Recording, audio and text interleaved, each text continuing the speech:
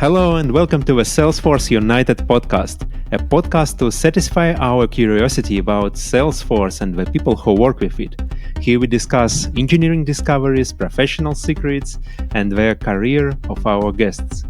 My name is Andrei Paskryakov. I'm a software engineer and your host for this show. Hello everyone, it's me Olga Dmitrieva, a Salesforce software testing engineer, and I'm happy to greet you here today on our podcast devoted to exploring this fascinating world of Salesforce with the help of our best experts and professionals from all around the world. Hi, I'm Ola Malatilova, and as always, I'm passionate about Salesforce, but today even more about our guest.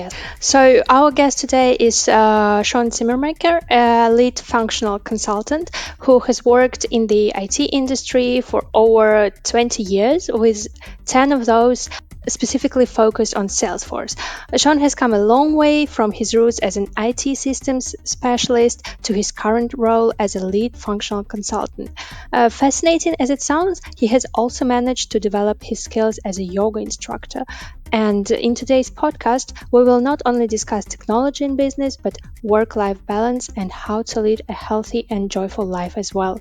Sean, welcome to the podcast. We are really happy to have you here. Thank you so much. Glad to be here. And getting back to our first question, so could you please tell us what does Salesforce mean to you and why have you chosen it in the first place? That's a loaded question. For me, Salesforce has just been what's interesting is when I started my career, there was no Salesforce. I was a late bloomer trying to figure out what I wanted to do. I stumbled into technology and into IT. But when I did, the internet was just starting. I was working in mainframes at Verizon. So it was before any of that ever really kind of transpired. I decided to go back to school because I really I didn't see myself as a coder. I didn't want to get into the coding and into the typical IT positions that there were. So I went back to school to be a trainer, or like a corporate trainer. And in that process, I happened to come across my first CRM system when they were just coming about. And in that, I found myself I was on a sales team with GE Financial, and they needed a technical person to be a liaison between their IT department and their sales team in order to gather requirements and build out their first homegrown CRM system. So that's how I kind of got into that entire environment. But during that process, I came across Salesforce, and I thought, this is so cool. Why are we building our own system when there's Salesforce right there? And this was back in like 2006, it was just the very beginning of Salesforce. And I knew then, I'm like, I want to work with this. There was just something about it that I connected with. And it would take several years for me to actually get into the industry and to work with Salesforce. But I just kind of knew that that's what I wanted to do. There was something in it that I really liked. As someone who didn't want to be a coder, I found that, wow, I can actually build out all these tools and solutions without having to know code. It was just that sweet spot of being able to represent businesses and still also connect with IT and functionality and automation, etc. So for me, Salesforce was just a means to empower my career where I could actually do what I was liking to do versus taking on additional skills that I didn't want to do, like coding or project management or things like that. And as I remember that years, no code and low code was completely new idea, absolutely new idea. Oh, absolutely. Absolutely. I mean, what's funny is people tend to, it's funny that as Salesforce has grown and as more businesses have taken it on, especially when IT departments actually take on, Salesforce. What's funny is Salesforce, when it first was introduced, it was a way to bypass IT departments because IT departments were so locked down in their own historical way of doing things. And businesses got tired of waterfall methodology. They got tired of waiting for things to be done. or having to go through tons of requirements documentations to be able to implement something.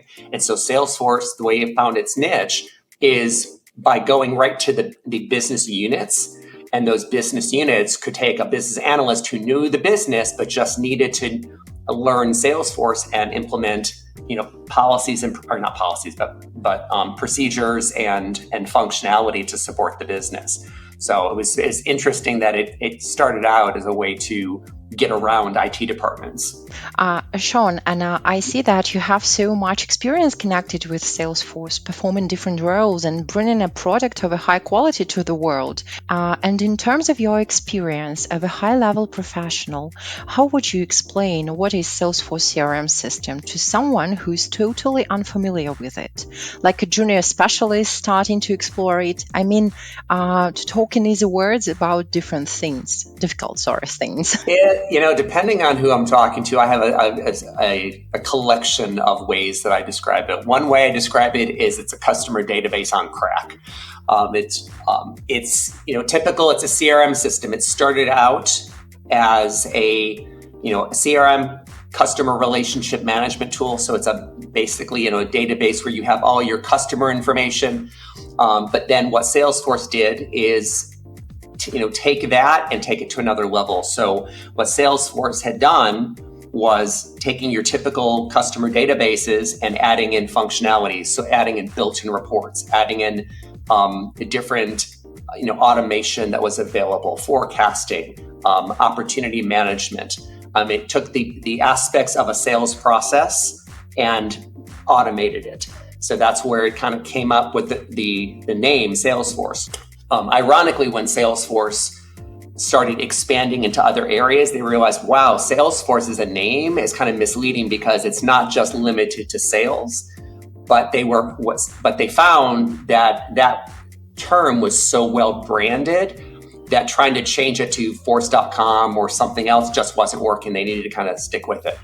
But back to the question, like how I describe it, it's a platform. It's a cloud-based platform that users pay for licenses, and then with those licenses, they're able to use the functionality either out of the box, or they can customize it or configure it based on their needs. So just like you've got your iPhone or your Android, and it comes with set apps or a default operating system, just like Salesforce. Salesforce is cloud-based, but it's a platform that has a set amount of functionality and apps that are out of the box. But just like on your mobile device where you can add in new apps and new functionality from other people, Salesforce has that as well. So it's really just kind of a cloud-based platform that you can run any aspect of your business on. Yeah, thanks a lot. It was a very nice and catching explanation. And if to switch to Salesforce peculiarities, such as Salesforce annual releases, which are so important for us, how do you manage to stay on top with Salesforce new features, products, and apps according to that so much information which is released annually? Okay, if I'm honest, I don't.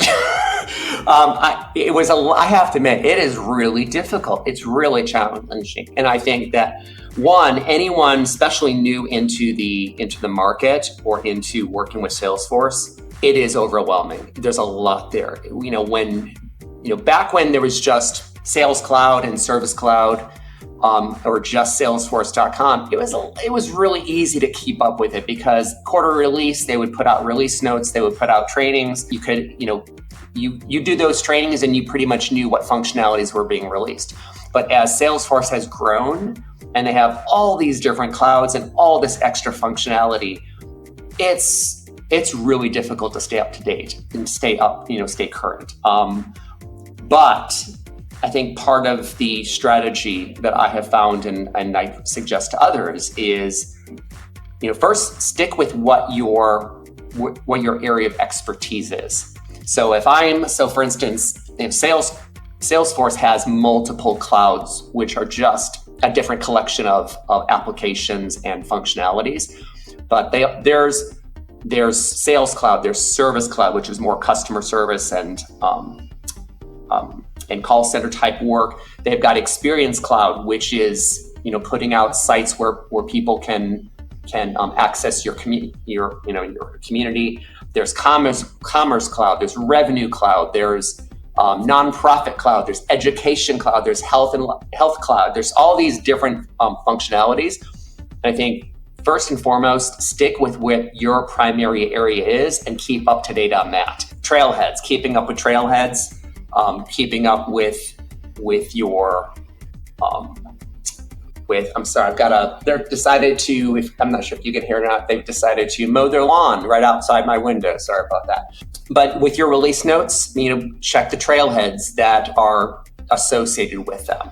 And just make it a regular habit of staying up to date on the education. So that way you don't get too far behind. Make it as a regular process, whether it's like once a week, you're just checking out what new trailheads there are, or what new releases there are, or whether it's quarterly, but something where it's a regular basis for you.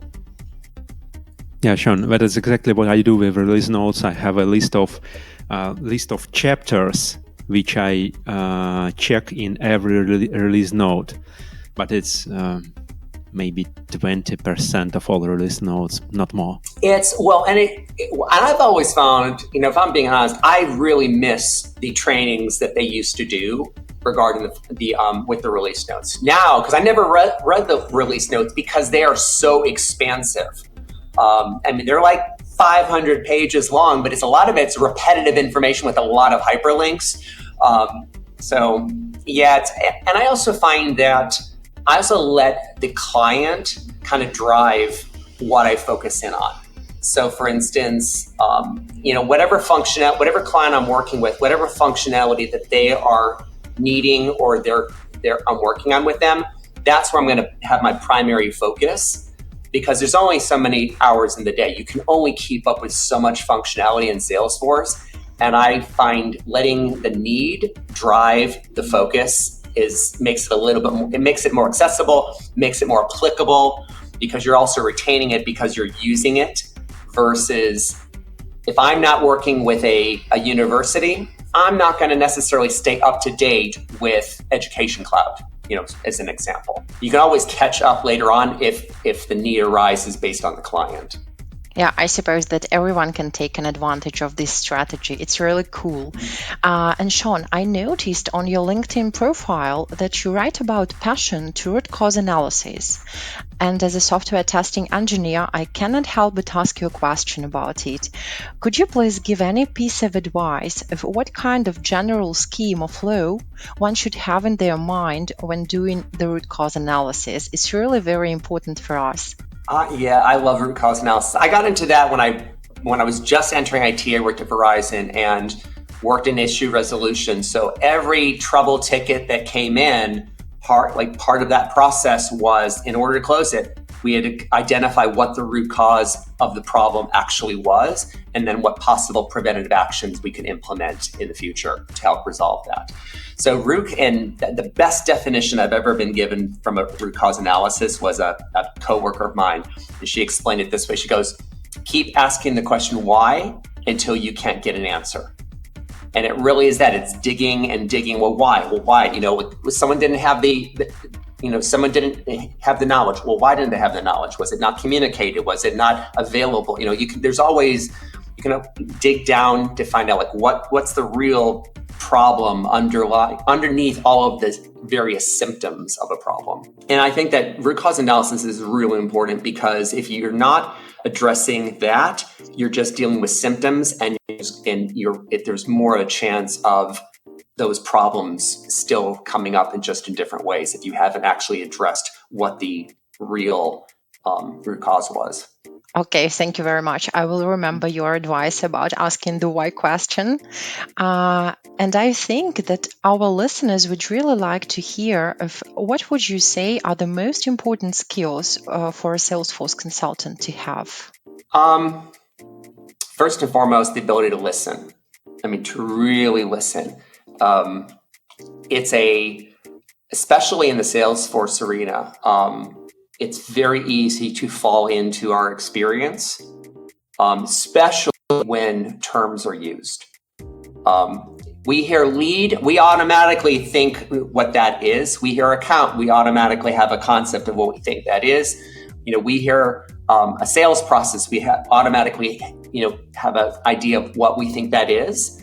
And I have found that companies and customers like to use the same terms, but in completely different ways than other people and other customers. And so there's the need to really question and listen. What are they saying? What are they describing? Don't go into assumptions. Also, the ability to question. There's an art to asking questions. My role has primarily been, as a Salesforce consultant, I'm always in the BA role. So I'm a business analyst. And so I have to gather the requirements. And so the ability to know what questions to ask, and then with each answer, know what additional questions, feed off of that. And then in addition to the ability to ask questions, having the courage to question. So often customers will, and it's human nature, they tend to tell you what they think they want versus describing what their actual problem is. And you have to have the courage to push back and to challenge. It was funny, I was on a project one time, and at the very end, our project manager was doing an appreciation thing and talking about what characteristic each person brought to the project. And it was kind of funny because she goes like, she goes, Sean, you have the ability to tell the customer no more than I have ever heard a consultant say. And it's because a lot of times, customers, they'll tell you what they think they need or what they think they want, but you need to be able to push back in order to find out what their actual problem really is, because what they think is the solution might not actually be the solution to their problem.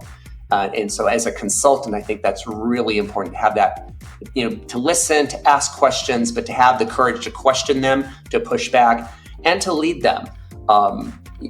If, a Salesforce admin at a company, might be more of a order taker, but as consultants, our job is to advise.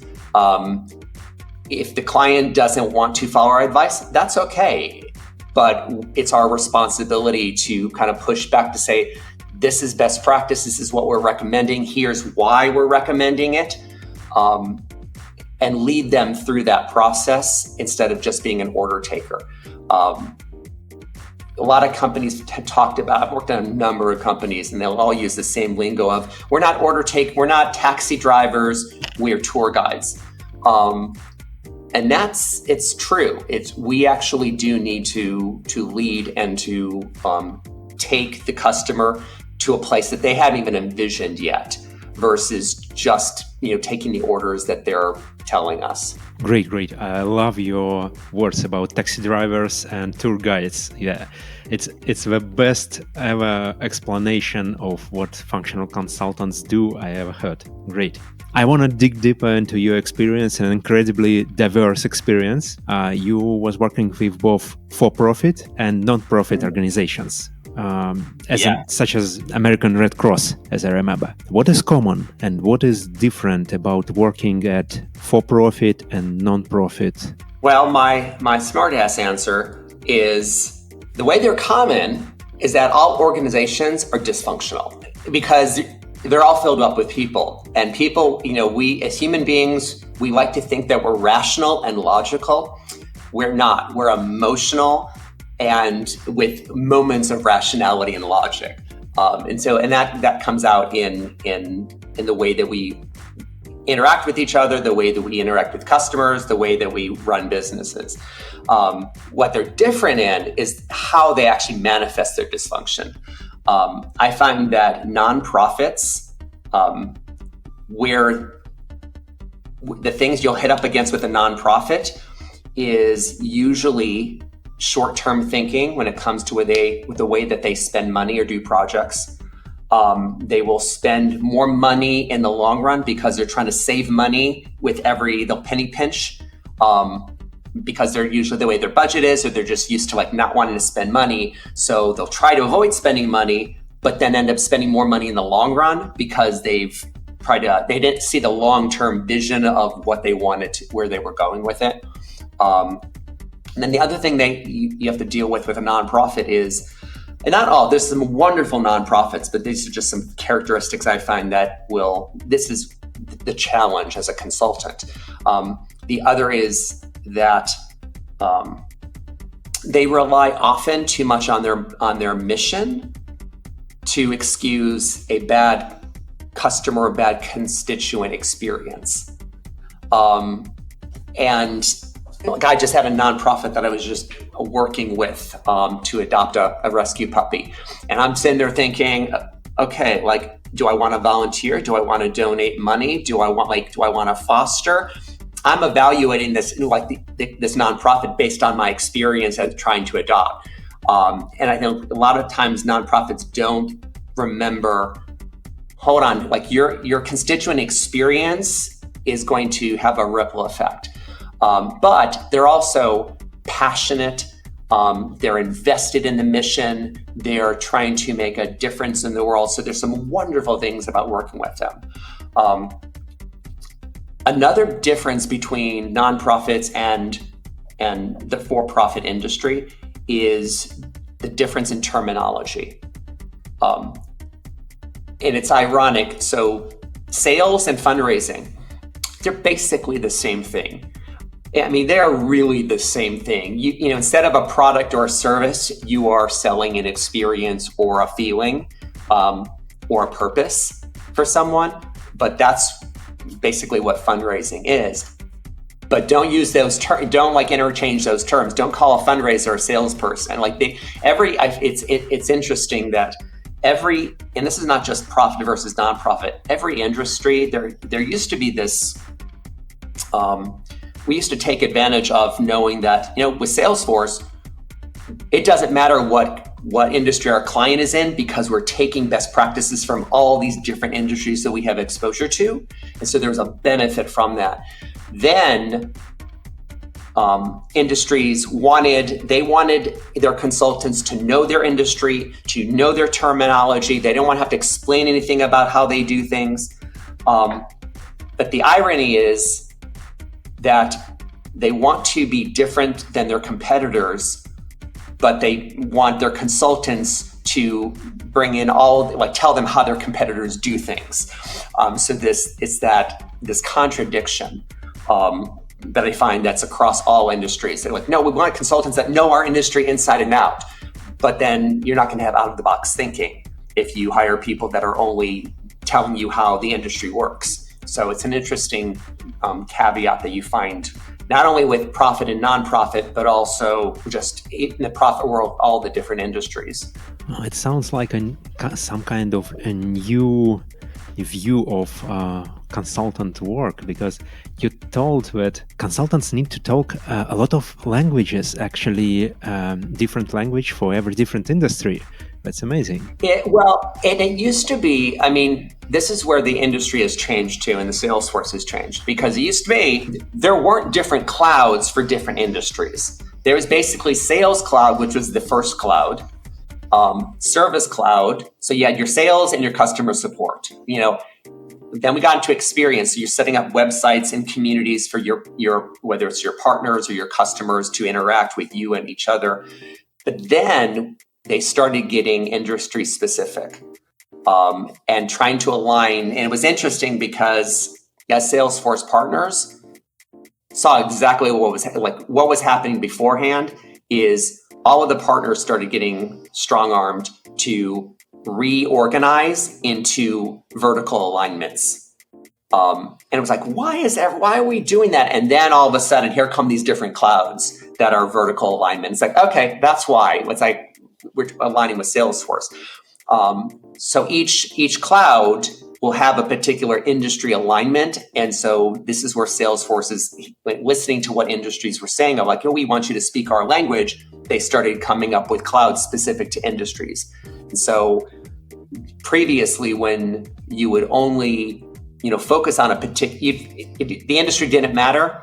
Now the industry matters because the ecosystem has reorganized to suit this and to support this. So it's just changed over the years as as the Salesforce ecosystem has changed. Could you please tell how do you motivate yourself? How do I motivate myself? So I have a daily practice. I have my mornings are really important to me. And for me, like, I have different things I will do, whether it's meditation, whether it's prayer, whether it's reading.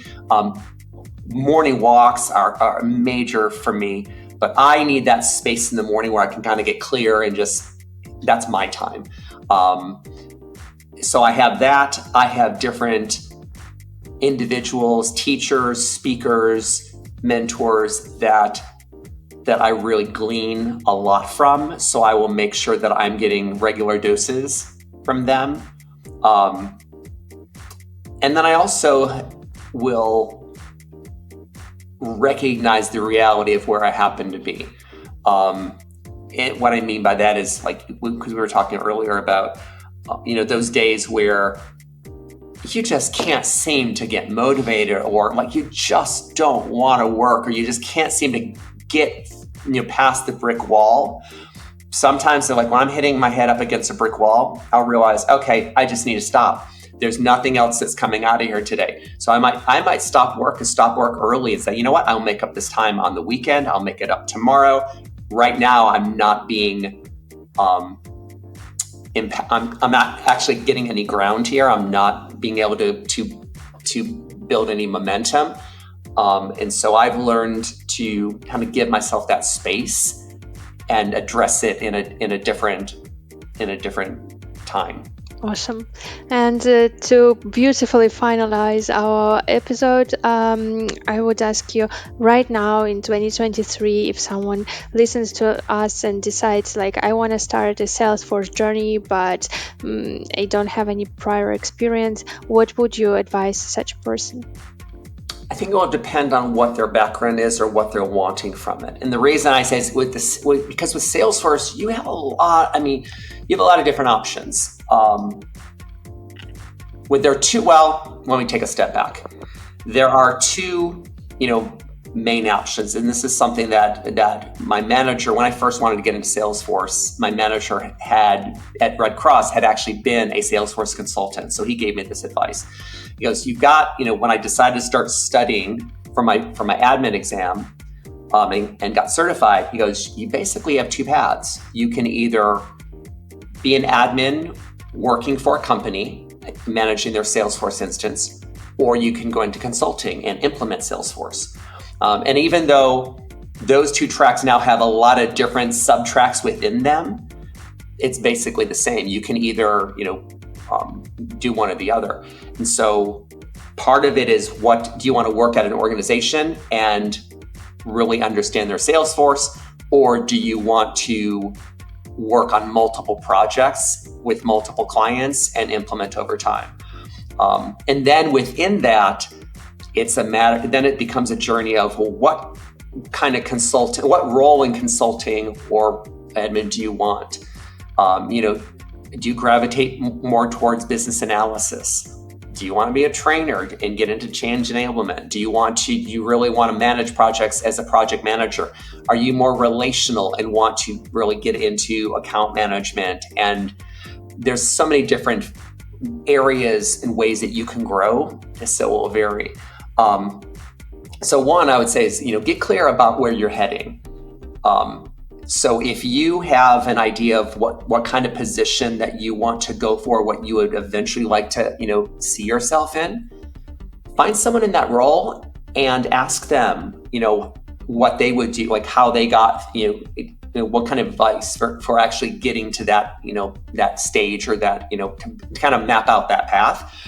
And if you're not sure, say, you know what, I have no idea what direction I want to go in with it, just pick one and start learning. And then as you're learning, not examine, but spend some time and getting clear about, are you enjoying it? What are you enjoying? What are you not enjoying? What are you good at? What are you not good at? And let that kind of tweak and map out your own path based on that. So for me, it's one thing if you have an end result in mind, that becomes a lot easier because you have something to aim for and you can find ways towards it. I've never been that way. For me, my career path has been more of surfing. I know a general direction, but the industry keeps changing and things keep changing. So I can't tell you what I want to do in 10 years because I don't know what it's going to look like in 10 years. I don't know what the world's going to look like in 10 years. I don't know what the industry is going to look like. So for me, it's been like surfing where I know my direction, but I got to be cognizant of what waves are around me, what's coming up behind me, how do I take advantage of what's in front of me at the moment, and kind of just, surf along with it. So, get clear on what you want to do, or just pick something and then use it to gain information about yourself and grow accordingly. And then change your course as you get more information. But trailheads are a great way to start. If you are, mentoring, shadowing projects, there's a lot of, depending on what what your current role is, will drive what the next steps would be. Perfect. Thank you so much. And I think that we might invite you again because we still have lots of questions, and it was really a big pleasure. Thank you, Sean. My pleasure. It's been great. I'd be glad to come back anytime. Thanks, Sean, for joining us today. And yeah, it's been a real pleasure listening to you and your brilliant stories, and a lot of them just resonate. Thanks. My pleasure. Thank you. Yeah, thank you very much. It was a fantastic discussion full of energy and inspiration, and we really appreciate that you are with us today. I wish you all the best. Don't forget to subscribe, hit the like, and leave a comment so we know that you want to see Sean, to hear Sean one more time, or just you hear us and we want to hear from you. Bye. Bye-bye.